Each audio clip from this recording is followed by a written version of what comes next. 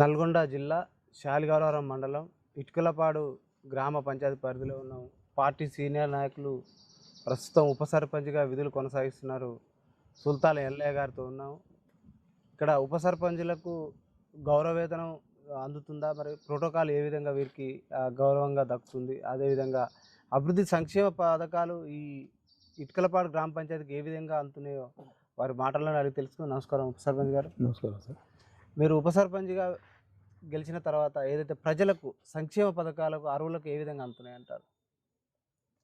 సరే సార్, నా పేరు సుల్తాన్ అల్లే. నేను కాంగ్రెస్ పార్టీ లీడర్ని. ఇక్కడ పార్టీ నన్ను గుర్తించి నాకు అవకాశం ఇచ్చినందుకు ఫస్ట్ ముందుగా పార్టీకి, ఇక్కడ ఉన్నటువంటి గ్రామ ప్రజలకు ముందుగా ధన్యవాదాలు. నాకు అవకాశం ఇచ్చి నన్ను గెలిపించి ఉప సర్పంచ్ అవకాశం ఇచ్చేందుకు. కానీ ఇక్కడ మొత్తానికైతే పారదర్శకంగానే ప్రజలకు మౌలికపరమైనటువంటి వసతుల విషయాన్ని కానీ, మేము పనిచేసే విషయంలో కానీ మేము సాధారణంగానే చేస్తున్నాం. కాకపోతే ఏంటంటే సెంట్రల్ గవర్నమెంట్ నుంచి రావాల్సినటువంటి నిధులే కానీ, స్టేట్ గవర్నమెంట్ నుంచి రావాల్సిన నిధులే కానీ కొన్ని రావాల్సిన పద్ధతిలో రావట్లేవు. దాని ప్రకారంగా మేము కొంత అభివృద్ధి చేయాల్సినటువంటి అవసరం ఉండే. కానీ ఏదున్నా కానీ స్టేట్ గవర్నమెంట్ ఇచ్చేటువంటి సంక్షేమ పథకం, రేషన్ కార్డులు అయితేంది, ఇండ్లు అయితేంది, పెన్షన్లు అయితేంది, వాటి వల్ల కొంచెం మాకు మంచి పేరు వస్తుంది. కాకపోతే ఏంటంటే సెంట్రల్ నుంచి రావాల్సినటువంటి యూరియా విషయం అయితేంది, ఇట్లాంటి విషయాలల్లో కొంచెం మాకు స్తబ్దత ఏర్పడుతుంది ఈ యాప్ల వల్ల. లేకపోతే మాకు ఈ రకమైనటువంటి ఇబ్బంది లేకుంటే, వడ్లకు సంబంధించి వాళ్ళు కొనుగోలు సెంట్రల్ గవర్నమెంట్ చేసేది ఉంటే దానివల్ల కూడా మాకు ప్రాబ్లం లేకుంటే, అది అక్కడి నుంచి స్టేట్ గవర్నమెంట్ మొత్తం పూర్తి బాధ్యత తీసుకొని చేస్తున్న వల్ల భద్రం స్టేట్ గవర్నమెంట్ది మెప్పులేమో వాళ్ళకవుతున్నాయి కాబట్టి దానివల్ల మాకు ఇబ్బంది అవుతుంది. కానీ కాకపోతే ఏంటంటే అవి తప్ప ఇక స్థానికంగా ప్రజలకు కావాల్సింది ఏంటంటే ఇండ్లు, రేషన్ కార్డులు, పింఛన్లే ఎక్కువ సాధారణంగా ఎక్కువ పబ్లిక్ అవసరం వచ్చేటువంటి అతి దగ్గరలో నెససరీగా వచ్చేటివి వీటిని ఎక్కువ చూస్తారు. కాబట్టి ఈ రేవంత్ రెడ్డి వచ్చిన తర్వాత ఈ ప్రత్యక్షంగా జరుగుతున్నాయి కాబట్టి దీనివల్ల మాకు కొంచెం కొద్దిగా నిప్లమీ నీళ్ళు జరిగినట్టుంది. కాకపోతే అంటే వేయాల్సినటువంటి 15 ఫైనాన్స్ అక్కడి నుంచి వచ్చేటువంటి నిధుల విషయంలో వచ్చినప్పుడు అవి రావడం కొంచెం జాప్యం అవుతుంది. కాబట్టి మాకు ఇక్కడ సౌలభ్యం ప్రజలకు ఏంది మోరీలే కానీ, సీసీ రోడ్లకు సంబంధించి బుగ్గలకు విషయాలు ఇట్లాంటి కాడ కొంచెం ఇబ్బంది అవుతున్నా కూడా వాటిని అధిగమించడానికి సర్పంచ్, మేము, వార్డు మెంబర్లు కొంచెం జరుగుతుంది. కాకపోతే రాజకీయాలు అనేటివి ఎప్పుడు ఉండే కొత్త ఏం కాదు. ఒకరి మీద ఒకరు అనుకోవడం అనేది వాటిని పక్కన పెడితే గ్రామం విషయంలో మాత్రం కొంచెం ఇబ్బంది జరుగుతుంది, ఎందుకంటే నిధుల విషయంలో. కానీ కాబట్టి ఏంటంటే రేవంత్ రెడ్డి వచ్చిన తర్వాత గవర్నమెంట్ చేసేటువంటి పనులను బట్టి కొంచెం మాకు ఊరట కలిగింది, అంతేగాని లేకపోతే మేము చాలా ఇబ్బంది పడేవాళ్ళం. ఎందుకంటే ఇండ్లు వేయి, రేషన్ కార్డులు వేయి, పింఛన్లు ఇట్లా అనేది ఉండే. కాబట్టి ఏంటంటే పెంచి ఇవ్వాల్సినటువంటి పెన్షన్లు పెంచి ఇస్తే ఇంకా మరింత అవకాశం ఉంటుంది. ఇంకోటి ఏంటంటే రైతు బంధుకు సంబంధించి ఒకేసారి వేసి మినిమం గింత ఎకరాలకు వేస్తే బాగుంటుంది, సీలింగ్ పెట్టి వేస్తే బాగుంటుంది. మంచి విషయం అది స్వాగతించి. ఎందుకంటే 100 ఎకరాలు ఉంటే 100 ఎకరాలకు కాకుండా మినిమం 5 ఎకరాల 10 ఎకరాలు ఒక సీలింగ్ పెట్టేసి అంతవరకు వేస్తే అందరికీ ఇవ్వాలి. ఒకరిని ఆపి ఒకరిని అనేది కాకుండా అందరికి ఇస్తే బాగుంటుందని నాకు సర్పంచులు ప్రధానంగా డిమాండ్ చేస్తున్నారు. గౌరవవేతనం కావాలంటున్నారు, దాంతోపాటు ప్రోటోకాల్ కూడా ప్రకటించాలి. కరెక్టే సార్, కరెక్టే. ఇక్కడ ఉప సర్పంచ్ అనేది నామినల్ పోస్ట్ అయిపోయింది, పని మాత్రం మెయిన్ పవర్ అయిపోయింది. పని కాడికి వచ్చినప్పుడు నడిచేలా చేయాల్సి వస్తుంది. ఇక గుర్తింపు కాడికి వచ్చేసరికి గట్టిన ఉండాల్సి వస్తుంది. అంటే పనంతా మేము చేసి వార్డు మెంబర్లు మమ్మల్ని ఎన్నుకున్నారు, వార్డు మెంబర్ మేము ఉప సర్పంచ్ అయినాం. కనీసం ఊరు మొత్తం మీద ప్రతి ఒక్క సమస్య మీద, నీళ్ళ విషయంలో కానీ, లేకపోతే బుగ్గల విషయంలో కానీ, మోరీల విషయంలో కానీ, ప్రతి ఒక్క ఇష్యూ ఏదన్నా వ్యక్తిగత సమస్యలే కానీ, రైతులకు సంబంధించిన సమస్యలే కానీ, ప్రతి ఒక్క విషయంలో ముందు పని చేయాల్సి వస్తుంది, టైం వెచ్చించాల్సి వస్తుంది. సర్పంచ్ ఎంత చేస్తుండో అంతకంటే ఎక్కువ రెట్టింపు పని జరుగుతుంది. కానీ ఆ పని చేస్తున్న తప్ప గుర్తింపు లేదు. కాబట్టి ప్రోటోకాల్ ప్రకారంగా మాకు అవకాశం ఇవ్వాలని కోరుకుంటున్నాం. అట్లా మాకు గౌరవ వేతనం అసలు వాళ్ళకి ఇస్తున్నారు, మాకు వాళ్ళతో పాటుగా మాకు ఇస్తే బాగుండేది. కానీ దానివల్ల మేము చాలా ఇబ్బంది పడుతున్నాం. రాష్ట్ర వ్యాప్తంగా ఉప సర్పంచులు డిమాండ్ కూడా చేస్తున్నారు, ప్రభుత్వానికి విన్నవిస్తున్నారు. మరి ప్రధానమైన మీ డిమాండ్ ఏది, సమస్య ఏంటంటారు? ప్రధానమైన డిమాండ్ ఏంటంటే చెక్ పవర్ రద్దు చేస్తామని చెప్పేసి వస్తున్నటువంటి ఉదంతమా, గవర్నమెంట్ నుంచి వస్తున్నటువంటి ప్రచారమా తెలియదు. కానీ మొత్తానికైతే మమ్మల్ని భయాందోళనకు గురి చేసింది. ఎందుకంటే పబ్లిక్ నేరుగా ప్రత్యక్షంగా ఉండేటోళ్ళం మేము, కార్యదర్శులు కాదు. మేము పార్టీకి గవర్నమెంట్కు కానీ ప్రభుత్వ ఉద్యోగస్తులకు కానీ ప్రతి ఒక్క విషయంలో ప్రజాప్రతినిధి అనేటోడు అడ్డం ఉన్నాడు. ఎందుకంటే ప్రతి ఒక్క వారధి మధ్య. అయితే వార్డు మెంబర్ అనేటోడు ఉప సర్పంచ్ అనేటంటే ఖచ్చితంగా ఆడ వారధిగా ఉంటాం. కానీ పవర్ అనేది తీసేసిన తర్వాత పని చేయాలంటే ఇబ్బంది పడే పరిస్థితి వస్తుంది. ఎందుకంటే కార్యదర్శి అనేది జవాబుదారితనం, ఉద్యోగస్తుడు కావచ్చు. కానీ ప్రజలకు ఇప్పుడు 10 మంది వినేటోళ్ళు వినిపించేటోళ్ళం మేము, చెప్పేటోళ్ళం మేము. కానీ ఆ కార్యదర్శి అన్నట్టు వినిపించేటానికి కానీ చెప్పేటోడు కాదు. ఆయనకి ఎందుకు అవకాశం ఇస్తారంటే ఆయన ఏ ఉద్దేశంతో అయితే పెట్టిరో దాన్ని కొనసాగిస్తే గుర్తింపు గొప్ప విషయం. కానీ దాన్ని డిస్టర్బ్ చేస్తే ప్రభుత్వం ఇబ్బందులు పడే పరిస్థితి వస్తుంది. ఎందుకంటే కనీసం ఒక ఉప సర్పంచ్ పరిధిలో కనీసం మినిమం 100 నుంచి 200 ఓట్లు ఉంటాయి. నేను నాది వస్తే ఊరు మొత్తం దాదాపు 1000 నుంచి 1500 ఓట్ల వరకు ఉంటాను. నేను బేస్ చేస్తాను. ఎందుకంటే ఎంతో కాలం నుంచి నేను కమ్యూనిస్ట్ నుంచి కాంగ్రెస్ వరకు నేను పార్టీలో రాజకీయాలలో ఉన్నా కాబట్టి నేను వ్యక్తిగతంగా పనిచేసి ఉంటాను కాబట్టి నాది విషయం వేరు. కొన్ని ఊర్లలో ఒక వార్డు పరిధి కాకుండా మండలం ఆ ఊరు వరకు కొంత బేస్ చేసుకుంటే ఉప సర్పంచ్ అంటే కొంత బేస్ చేసుకోగలుగుతాడు. కార్యదర్శి అనేటువంటి ప్రభుత్వ పనిని అమలు చేసేవాడే. ఇప్పుడు నోట్ ఫైల్ మీద ఆయన కీలకంగా భూమిక వహిస్తాడు. అంతవరకు ఓకే. కానీ చెక్ పవర్ అనేది ఆయనకి ఇస్తే ఇక వాళ్ళు అభివృద్ధి కుంటుపడే అవకాశం ఉంటుంది. ఉప సర్పంచ్ అనేది ప్రశ్నార్థకం అవుతుంది. ఒక పతికి పక్షమే కావచ్చు, పాలక పక్షమే కావచ్చు. కానీ ప్రశ్న జవాబుదారీ పని మెరుగు ఉంటుంది అనేది నాకున్నటువంటి అభిప్రాయం.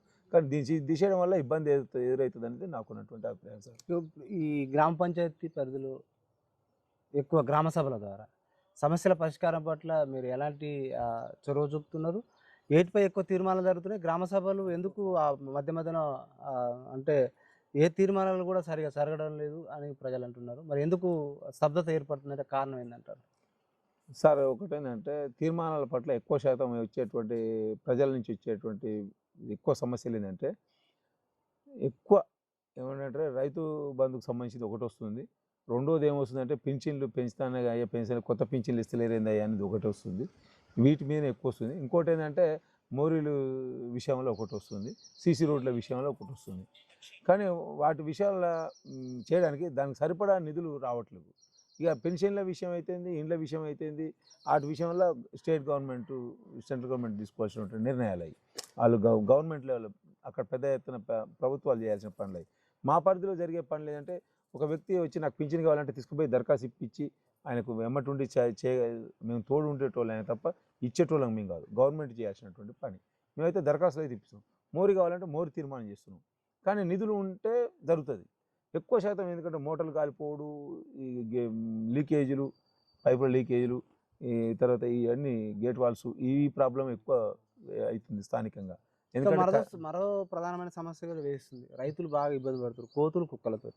మెయిన్ సార్ అసలు ప్రధానంగా పంట మార్పిడి చేయలేకపోతున్నాం. ఒకే పంట వేయడం వల్ల కూడా భూసారం తగ్గిపోతుంది. ఇక్కడ స్థానిక గ్రామ పంచాయతీ చర్యలు తీసుకోవాలంటున్నారు, రాష్ట్ర ప్రభుత్వం కూడా చర్యలు తీసుకొని వాటిని నియంత్రణ చేయాలంటున్నారు. ఈ సమస్య అంటే రాష్ట్ర వ్యాప్తంగా ఉంది. మరి వీటిని సమస్యకు మీ గ్రామ పంచాయతీ ఏ విధంగా ముందుకు పోతుందంటారు? సార్ ఒకటేంటంటే కుక్కల విషయంలో కొంత ఊరట కల్పించారు సుప్రీంకోర్టు, వారికి ప్రత్యేకమైన ధన్యవాదాలు. ఎందుకంటే కొంత నియంత్రణ అధిక అవకాశం ఇచ్చారంటే వాళ్ళు ఒక వెసులుబాటు కల్పించబట్టి కొంత నియంత్రణ చేయగలిగినాం. కానీ కోతుల విషయంలో నియంత్రణ అనేది మన నుంచి అది దైవ స్వరూపం అని చెప్పేసి ఒక అపోహ ఉంది. దానివల్ల ఏం చేయలేకపోతున్నాం, భయపడుతున్నాం.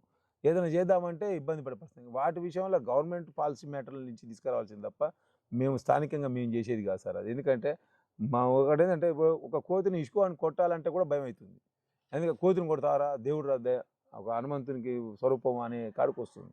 అది ఒక సెంటిమెంటల్ విషయం. ఎందుకంటే మనది హిందూ సాంప్రదాయ దేశం కాబట్టి అట్లా మేము ఇబ్బంది పడుతున్నాం. లేకపోతే కోతులను తీసేయడం పెద్ద విషయం కాదు. కుక్కలను తీసేయడం, కుక్కలను కూడా మల్లన్న దేవుడే. కానీ అయినా కూడా అట్లా కూడా కొంత నియంత్రణ నిర్మూలించమని అంటలేదు. అంటే గవర్నమెంట్ అంటే పాలసీ మ్యాటర్ నుంచి వాళ్ళు వ్యాక్సిన్లు వేయడమో లేకపోతే ఏదో చేస్తే అది జరుగుతుంది. ఇప్పుడు కాదు సార్, ఒక విషయం ఏంటంటే ఒక చిన్న మీకు ఈ స్థానంలో మీకు చెప్పేది ఏంటంటే కనీసం ఒక్క కాకి కూడా బతుకుతలేదు సార్. ఇప్పుడు మనిషి చచ్చిపోతే కనీసం కాకి వచ్చి ముడితేనే, పక్షి ముడితేనే ధన్యమైందని మా స్థానికంగా గ్రామాలలో ఉన్నటువంటి నమ్మకం ఇది. ఈ నమ్మకం ఇప్పుడు కాకులు లేక, ఎందుకంటే గుడ్లు పెట్టగానే కోతులు వచ్చి పలగొట్టుకొని చేస్తున్నాయి, అంత ఖరాబ్ చేస్తున్నాయి. ఉత్పత్తి లేదు కాకులది. అది కూడా కారణం. అది ఎంత ఇబ్బంది అవుతుందంటే అంత ఇబ్బంది. ఇప్పుడు ఈ మధ్యలో దాదాపుగా 10-15 మంది చనిపోతే దాన్ని కనీసం కాకి పక్షి ముట్టిపోతే జల్దీలో కలుపుతున్నాం. అట్లా అది ఒక సమస్య. కాబట్టి ఇట్లాంటివన్నీ ఉన్నాయి. గవర్నమెంట్ స్టేట్ వైడ్గా సెంట్రల్ గవర్నమెంట్గా నిర్ణయం అంటే తీసుకోవాలి. ఒక పని చేయొచ్చు. గ్రామ పంచాయతీ రాష్ట్ర వ్యాప్తంగా ఉన్న గ్రామ పంచాయతీలను కూడా గ్రామ సభలలో గ్రామ ప్రజల ముందు అంటే గ్రామ పంచాయతీగా పెట్టి తీర్మానం చేసి ప్రజల ఆమోదంతో మీరు పంపొచ్చు. రాష్ట్ర ప్రభుత్వం విన్నవించొచ్చు. అన్ని గ్రామ పంచాయతీలు చేస్తే కూడా ప్రభుత్వం నుంచి కొంచెం ఆలోచన వచ్చే అవకాశం కూడా ఉంటది. ఒకటి సార్ అప్పుడు ఒక విషయంలో తీర్మానం చేసి పంపియండి అని అన్నారు. ఒక ఒక అది ఏదో వర్క్ ఏదో విషయం మీద ఏదో బిల్డింగ్స్ విషయంలో గ్రామ పంచాయతీ బిల్డింగ్సో లేకపోతే ఇంకేదైనా అంగన్వాడీ బిల్డింగ్సో లేకపోతే ఇంకా ఏదో బిల్డింగ్స్ విషయంలో లేకపోతే రైతు వేదికల విషయంలో అన్ని తీర్మానాలు చేసి పంపన్నారు. గ్రంథాలయ విషయంలో కానీ ఇట్లాంటి విషయాలను పంపించారు. అట్నే కనుక మమ్మల్ని కోరితే ఖచ్చితంగా ఇస్తాం. ఎందుకంటే నియంత్రించడంలో మాకు ఇప్పుడు ఒకప్పుడు ఊళ్ళోకి వచ్చిందంటే అందరూ వచ్చి గుంపులు వచ్చి చూసిన చరిత్ర. ఇప్పుడు కోతులు ఎందుకున్నారా అని భయపడే పరిస్థితి వచ్చింది. ఒక ఆడ మనిషి సింగిల్ పర్సన్గా పోయే పరిస్థితి లేదు. గతంలో కోత అంటే వింతగా చూసాం. ఇలా భయంతో చూడాల్సి వస్తుంది. అట్లా ఇప్పుడు ఇక్కడ ఈ గ్రామంలో ప్రధానమైన సమస్య అక్కడ మెయిన్ రోడ్ నుంచి ఈ ఊళ్ళోకి వచ్చే బాట మాత్రం కంకరమయంగా ఉంది. డస్ట్ వచ్చి కొత్తగా అలర్జీ వస్తుంది అంటున్నారు. ప్రజలు మా దృష్టి తీసుకొచ్చారు. ఎందుకు అక్కడ పెండింగ్ ఉండాల్సిన అవసరం ఉంది? దీన్ని మీరు ఎమ్మెల్యే దృష్టికి, ప్రభుత్వం దృష్టికి, అధికారుల దృష్టికి ఎందుకు తీసుకుపోలేకపోతారు? రోడ్డు విషయంలో మాత్రం ఎమ్మెల్యే గారి విషయం కానీ ఎంపీ గారి విషయంలో కానీ అసలు 100% వాళ్ళ ప్రోద్బలంతోటే ఇంతవరకు వచ్చింది.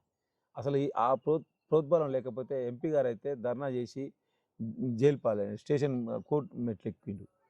కానీ ఆయనకి ఆ గుర్తింపు వచ్చింది, ఎంపీగా అయింది. కానీ ఎందుకంటే ఆయన చొరవ తీసుకుంటున్నాడు. కానీ ఎమ్మెల్యే గారు కూడా అదే తరహాలో చొరవ తీసుకుంటున్నాడు. కానీ మన మంత్రి గారు వెంకరెడ్డి గారు కూడా అదే చొరవ తీసుకున్నారు. చొరవ తీసుకోబట్టే ఈ కాంట్రాక్టర్ వచ్చిండు, ఈ వర్క్ ఇంతవరకు నడిచింది. కానీ కాంట్రాక్టర్ స్తబ్దత వల్ల, వ్యక్తిగత బలహీనత వల్ల, అంటే ఆర్థిక వెసులుబాటు లేకపోవడమో ఇంకేదో కారణం మాకు తెలియదు. కానీ ఆయన వస్తున్నాడు, మేము గొడవ చేయగానే వస్తున్నాడు, మళ్ళీ కంకర చల్లుతున్నాడు, పౌడర్ వేస్తున్నాడు, మళ్ళీ జంప్ అవుతున్నాడు. ఎందుకనంటే ఫోన్ ఎత్తట్లేడు. మేము అధికారుల దృష్టి తీసుకుపోతున్నాం, ఎంపీ గారి దృష్టి తీసుకుపోతున్నాం, ఎమ్మెల్యే దృష్టి తీసుకుపోతున్నాం, మంత్రి గారు వెంకరెడ్డి సార్ దృష్టికి తీసుకుపోతున్నాం. ఇక రాజగోపాల్ సార్కి అయితే చెప్పని రోజు అంటూ లేదు. ఆయనకు మంత్రి పదవి రాక కొంత మాకు ఈ సమస్య ఏర్పడుతుంది. అది ఒకటి. ఎందుకంటే మాకు నియరెస్ట్ పర్సన్ అన్నట్టు రాజగోపాల్ సార్ అంటే. ఎందుకంటే మేము ఎక్కువ ఆయన కాడికి పోతాం, ఆయనతో ఇక కుటుంబ సభ్యులు లెక్క కలిసి ఉంటాం. ఆయన కూడా ఏం చేయాలరా నాయన, నేను మొత్తం నా కాన్సెన్ట్రేట్ చూడ, ఇదంతా చూడ, మంత్రి పదవి వస్తే మీరన్న సమస్యలను సాల్వ్ అవ్వకు, మిమ్మల్ని అందరినీ తృప్తి పట్టేవని ఇప్పుడు ఏం చేయాలని ఆడికి కొన్ని వ్యక్తిగత విషయాలలో కోఆపరేట్ చేస్తూనే ఉంటాడు. ఇసుక అక్రమాలను ఎందుకు చొరవ చూపట్లేరు? ఇక్కడ ఇసుక అక్రమాల వల్ల ఇచ్చిర్రు, కానీ దాని విషయంలో మాకు గ్రామ పంచాయతీకి అటాచ్మెంట్ లేక టెండర్ వర్క్ కాబట్టి అది కంట్రోల్ సిస్టమ్ తప్పింది సార్. అది గ్రామ పంచాయతీ కనుక ఇంతకుముందుకు గతంలో మా గ్రామ పంచాయతీ పరిధిలో గ్రామ పంచాయతీ పరిధిలో ఉండాల్సిన దాన్ని ఓపెన్ చేశారు. ఓపెన్ టెండర్ తీసుకుపోవడం వల్ల అది నిర్వీర్యం అయిపోయింది. కనీసం స్థానిక పాలక గ్రామ పంచాయతీకి కానీ మండల దానికి కానీ జిల్లాకు కానీ ప్రాతినిధ్యం లేకుండా పోయింది. ప్రశ్నించే అవకాశం లేకుండా పోయింది. ఆ కాంట్రాక్టర్ ఎప్పుడు వస్తుందో తెలియదు, ఎప్పుడు పోయేది తెలియదు. అదే కనుక మా పరిధిలో ఉండి మేము నామినేషన్ ఇచ్చేటట్టయితే మేము నిలబెట్టి పని చేయించేవాళ్ళం. ఇప్పుడు అట్లా నెగ్లిజెన్స్ అయిపోయింది. ఆయనకి ఎవరు చెప్పే దిక్కు లేదు. ఇప్పుడు మీరు ఒక సీనియర్ నాయకుడు కొనసాగుతున్నారు. ఇక్కడ కాంగ్రెస్ పార్టీలో ఇటీవల కాలంలో పరిణామాలు చూస్తే అలజడి, అంటే కాంగ్రెస్ కార్యకర్తలు అంటే మొదటి నుంచి కష్టపడ్డ వాళ్ళకి పదవులు దక్కట్లేవు, పార్టీ మారి వచ్చిన వాళ్ళకి పదవులు దక్కుతున్నాయని కూడా అపోహ ఇప్పుడు ఈ మధ్య కూడా మన జాజిరెడ్డిగూడెంలో గొడవ కూడా జరిగింది. దీని అంతటికీ ఒక సీనియర్ నాయకుడిగా కారణాలు ఏమేమి ఉంటాయి, మీరు ఏం చెప్పదలుస్తుంది?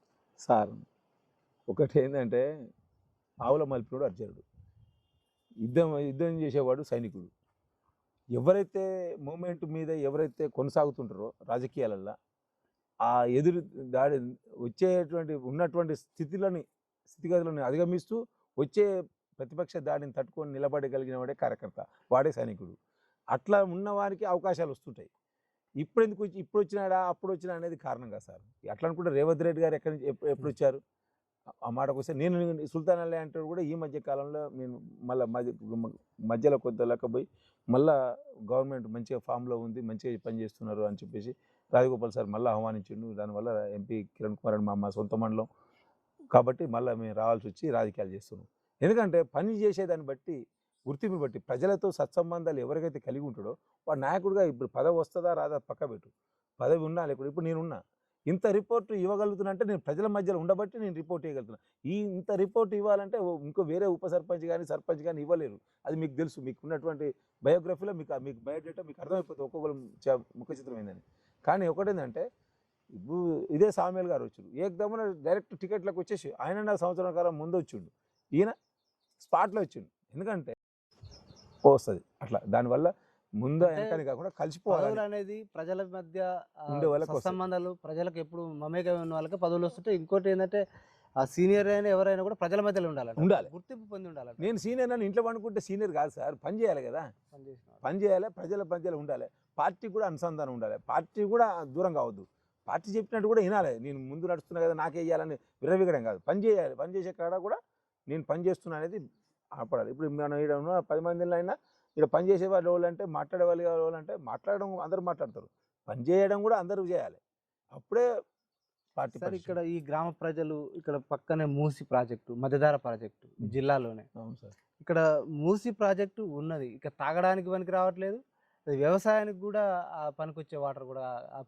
పొల్యూటెడ్ అయిపోయింది. దీన్ని సుందరీకరణ చేస్తున్న ఇప్పుడు ముఖ్యమంత్రి గారు సుందరీకరణకు పూనుకున్నారు, దాన్ని ముందుకు తీసుకుపోతున్నారు. ఏదేమైనా కూడా ఈ మూసి ప్రక్షాళన చేసి తీరుతామని అంటున్నారు.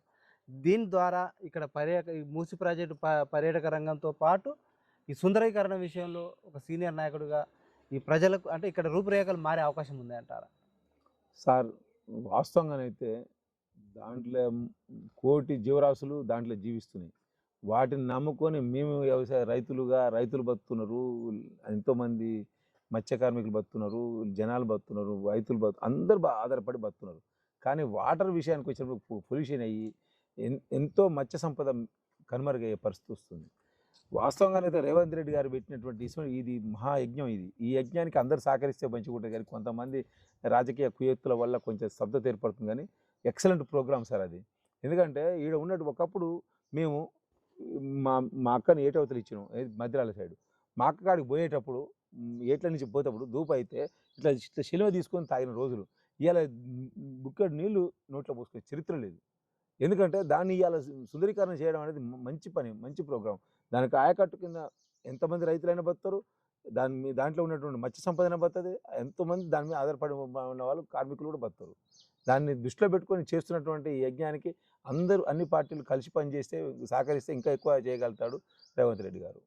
కాబట్టి దానికి కోఆపరేట్ చేయాలి. ఇంకో విషయం ఏంటంటే మా ఊరికి మెయిన్ సమస్య ఏంటంటే మెయిన్ సమస్య అంటే ఈడ గోలకుంట అని ఉంది. ఈ గోలకుంట ఊరు ఎమ్మటి ఉంది. దీంట్లో ఒకప్పుడు కుంట దీని కింద ఒక 5-6 ఎకరాలు పారేది ఉండే, కానీ అది పూర్తి ఇప్పుడు అది పరిస్థితి లేదు. వాళ్ళు కూడా బోర్లు వేసుకుంటూ పారించుకుంటారు. ఇది కుంట ఇక్కడ ఉండడం వల్ల ఊళ్ళో ఉన్నటువంటి చెడు వాటర్ అంతా మురికి నీరు, మురికి కాలువ నీళ్ళు అన్నీ అడిగి స్టోరేజ్ అయ్యి దోమలు ఈగలు ఇవన్నీ వస్తున్నాయి. దాన్ని అధిగమించాలంటే గవర్నమెంట్ చేయాల్సినటువంటి పని అది పెద్ద ప్రాజెక్టు. దాన్ని పూడ్చాలి. పూడ్చి అది ఆట స్థలం అంటారు. మళ్ళీ ఇంకోటి ఏంటంటే గవర్నమెంట్ అడుగుతుంది ఏది మొక్కల పెంపకం, నర్సరీ పెట్టడానికి, ఇట్లాంటిది అయిపోయి నర్సరీ పెట్టవచ్చు. ఇట్లాంటి ఏదో దానికి ఉపయోగించుకోవచ్చు. లేకపోతే వడ్ల మార్కెట్ ఉంది మా ఊర్లో, స్థలం లేదు, దానికైనా ఇవ్వచ్చు. ఇట్లా ఎన్నో ఉపయోగాలు ఉన్నటువంటి విషయం. ఊళ్ళో స్థలం ఉందంటే ఎన్నో రకాలుగా వాడుకోవడానికి ఉపయోగం అయ్యే పరిస్థితి ఉంటుంది. ఇంకోటి ఏంటంటే మా ఊరికి ద్వీపకల్పం, మా ఇట్లపాడు అనేది చుట్టూ నీళ్ళు ఉంటుంది, మధ్యలో మా ఊరు ఉంటుంది. మాకు ఏకైక దారి ఇది ఒక్కటే. బైపాస్ కాడ ఒక్కరు ఉండి కొట్టాలనుకుంటే ఆడ ఉండి కొట్టవచ్చు. ఏడికి పొడి ఈడ ఉంటే ఈడికి ఇంచి అవసరం రాడని అనుకోవచ్చు. కానీ అట్లాంటి పరిస్థితి ఉంది. కాబట్టి మాకు ఉన్నటువంటి లింక్ రోడ్లు ఇవి ఇట్లపాడు నుంచి వంగమర్తి పోయేదైనా, ఇక్కడ నుంచి నడుగుడ నుంచి నగరికల్ పోయేదైనా, ఇటు అరపల్లి పోవడానికి ఇటు దగ్గర ఉంటుంది. మా కాన్స్టిట్యున్సీ తుంగతుర్తి కాబట్టి ఇటు దగ్గర ఉంటుంది. ఇటు పోతానికి నగరికల్ పోవడానికి మాకు రవాణా వ్యాపార నిత్య అవసరాలకు వస్తువులు తెచ్చుకోవడానికి నగరికల్కి ఎక్కువ పోతాం. మా ఊరు ప్రాంత ప్రజలు ఎక్కువ ఇటు తక్కువ పోతాం, ఇటు ఎక్కువ పోతాం. మొదటి నుంచి కనెక్షన్ ఇటు ఉంది కాబట్టి నగరికల్ పాత కాన్స్టిట్యున్సీ నగరికల్లి, ఇప్పుడు కొత్త కాన్స్టిట్యున్సీ తుంగతుర్తి. కానీ మాకు ఎప్పుడైనా కన్వీనియంట్ ఉన్నటువంటి కాన్స్టిట్యున్సీ అంటే నగరికల్లే. కానీ మమ్మల్ని తీసి ఇటు నీళ్ళలో ఉన్న షాపును ఒడినేసినట్టుంది మా పరిస్థితి. ఇటు రాజకీయాలు మాకు కరెక్ట్ కావట్లేవు. ఇటు కరెక్ట్ అవుతుంది అంటే ఇటు మాకు వసతులు ఇటే ఉన్నాయి, దూరమైంది. ముక్కాడు ఉందంటే చుట్టూ చూపాల్సి వస్తుంది మా పరిస్థితి. కాబట్టి ఇది నగరికల్ ఈ రోడ్డు ఒకటి మూసి ప్రాంతం ఉంటుంది. కొంచెం మేము ఎండాకాలం 3-4 నెలలు తేలుతుంది అది. అప్పుడు రవాణా దగ్గరికి అవుతుంది. 5 కిలోమీటర్ల డిస్టెన్స్ తగ్గుతుంది మాకు నగరికల్కు. 5 కిలోమీటర్లు అంటే చాలా సేఫ్ అయినట్టు. అదొకటి, ఆ డిస్టెన్స్ ఒకటి. మా ఎమ్మెల్యే గారు కానీ నగరికల్ వీరేశం విప్పు వేముల వీరేశం గారు కానీ పెద్దలు, వాళ్ళు అనుభవజ్ఞులు, వాళ్ళు కోఆపరేట్ చేసి ఇది ఒకటి దారి వేస్తే మాకు ఈ ద్వీపకల్పాన్ని మాకు ఒక రహదారి ఏర్పాటు చేస్తే మాకు అంతకంటే ఎక్కువ మహాపుణ్యం ఏమీ లేదు. వాళ్ళు మాకు చేస్తారని కోరుకుంటున్నాం ఈ సందర్భంగా మీ మీడియా ద్వారా. సార్ ఇక్కడ గ్రామ పంచాయతీ ప్రజలు మీకు ఓటేసి 5 ఏళ్ల కాలానికి మీకు పదవిలో కూర్చోబెట్టారు. ఈ ఇటుకలపాడు గ్రామ పంచాయతీని గత పాలన కంటే భిన్నంగా, గత సర్పంచుల కంటే భిన్నంగా దీన్ని ఏ విధంగా ఆదర్శ గ్రామ పంచాయతీగా తీర్చిదిద్దే విజన్ మీకు ఉందంటారా? ఖచ్చితంగా సార్. ఇప్పుడు ఎందుకంటే గతంలో ఉన్న వాళ్ళు కేవలము డిస్పోజల్ గ్లాస్, ఎందుకంటే ఆ పదవి వరకే వచ్చి వెళ్ళిపోయిన వాళ్ళు మళ్ళీ కనుమరుగయ్యారు. ఎందుకంటే రిజర్వేషన్ బట్టో వచ్చే అవకాశాలను బట్టో మా ఊళ్ళో ఎక్కువ క్యాష్ టు క్యాష్ నడుస్తుంది. ఈ ఎవరైతే అధికంగా ఉన్న వాళ్ళే వచ్చిరు, అయ్యారు, పోయారు అంతే. నిరంతరంగా ఈడ ప్రక్రియగా నిలబడేటువంటి ఏకైక సుల్తానాలే ఒక్కడే. ఇక్కడ నిత్యం జనం మధ్యలో ఉంటారు. ఏ విషయం వచ్చినా, ఇండ్లు కావాలన్నా, పెన్షన్లు కావాలన్నా, బల్లె పొరగానే క్యాస్ట్ ఇన్కమ్ సర్టిఫికేట్ కావాలన్నా సుల్తానాలే అక్కడికి వస్తారు. నేను మేము అక్కడ కనీసము ₹1 ఆశించకుండా పనిచేసేవాళ్ళం. మీరు ఎంక్వైరీ చేసుకున్నా కూడా మీకు అదే ఉంటుంది. ఎందుకంటే అంత మేము త్యాగం చేసి ప్రజల మధ్యలో ఉండి పనిచేస్తున్నాం కాబట్టి మేము మెరుగైనటువంటి సేవలు ఇంతకుముందుకు గతంలో పదవులు లేనప్పుడు చేసినాం, ఇప్పుడు పదవులు ఉన్నా గదే పని చేస్తాం. ఇంకా కొత్తగా అంటూ ఏముండదు. కానీ విజన్ అనేది ఏంటంటే కొంత మార్పు, పనిచేసే వానికి పదవి వచ్చింది అనేది ఒక కాన్సెప్ట్. సర్పంచ్ అంటే అది రిజర్వేషన్ ప్రకారం వచ్చింది, వాళ్ళు అంతేగా వాళ్ళు ప్రజెంట్ సిచ్యువేషన్ వరకు ఉంటారు. తర్వాత సార్ ఫైనల్ ఒక మాట, సుల్తాన్ ఎల్లయ్య గారు ప్రజా సమస్యల పట్ల ఎలాంటి చొరవ చూపుతారు, అదే వివాదాల పరిష్కారానికి ఎలాంటి న్యాయాన్ని సూచిస్తాడు? సార్ వివాదాలు అనేది కొంత ఇప్పుడు రాజకీయాలు లేకపోతే ఒక మాటతో అయిపోయే పని. ఇప్పుడు రాజకీయాలు ఉండేవి కాబట్టి వాళ్ళు రాజకీయం కోసమైనా పట్టుబట్టే పరిస్థితి వస్తుంది. ఒక పంచాయతీ వచ్చిందంటే వర్గాలు చూపిస్తున్నారు, దానివల్ల పొలంగా అవుతుంది తప్ప వాస్తవంగానైతే అసలు నిజమైనటువంటి పంచాయతీలు కొట్టుకునే వాళ్ళు, తిట్టుకునే వాళ్ళకి అసలు పంచాయతీలు అంటే ఒక మాటతో పోయే పని. ఒకప్పుడు నేను చేసిన పంచాయతీలకు ఇప్పుడు చేసే పంచాయతీలకు చాలా తేడా ఉంది. అప్పుడేమో కుప్పులు గాయలేదు, ఇప్పుడు కుప్పులు కాస్తున్నారు. అప్పుడు నిర్మోహమాటం చెప్పారు, ఇప్పుడు నిర్మోహమాటం చెప్పలేకపోతుండ్రు. దీని ఎంత అయిందంటే రాజకీయం కోసం. దానివల్ల పంచాయతీలు పొలంగా అవుతున్నాయి, కానీ లేకపోతే పంచాయతీలు అనేది లేనే లేవు సార్. ఒక్క మాట చెప్తే ఎవరైనా సమ్ XYZ ఎక్స్ ఏందా బాబు ఇదే నా పద్ధతి అంటే వినే పరిస్థితి ఉంది. ఒకప్పుడు మనిషిని చూస్తే, ముఖం చూస్తే చెప్తే వినే పరిస్థితి. ఇప్పుడు ఉన్నటువంటి సిచ్యువేషన్లో ఆ ధర్మిలో లేదు. ఈ రాజకీయాలు కాబట్టి ఆయన మాట గెలవనిస్తాం, ఈయన మాట గెలవనిస్తామని ఇట్లా కుప్పలు బట్టి పొలంగా అవుతుంది. వాళ్ళు వాళ్ళే అలసిపోయి వాళ్ళే ఊకుంటారు తప్ప వీళ్ళు ఊకుంచలేరు. ఇది సమస్య. Okay sir, thank you sir. మీ అమూల్యమైన సందేశాన్ని మాకు అందించినందుకు మరో అంశంలో మీ ముందుకు వస్తుంది. మీరు మంచి విషయం సార్. ఇంకో విషయం మీ దృష్టికి తీసుకొచ్చుకున్నా, మీ మీడియా ద్వారా ఒక చిన్న రిక్వెస్ట్ ఏంటంటే, ప్రజలు నమ్మి ఓట్లేశారు, నిస్వార్థంగా పనిచేస్తే శాతనైతే చెయ్యి, శాత కాకపోతే మౌనంగా ఉండు తప్ప మోసం చేయొద్దు అనేది నా ఉద్దేశం, నా సలహా.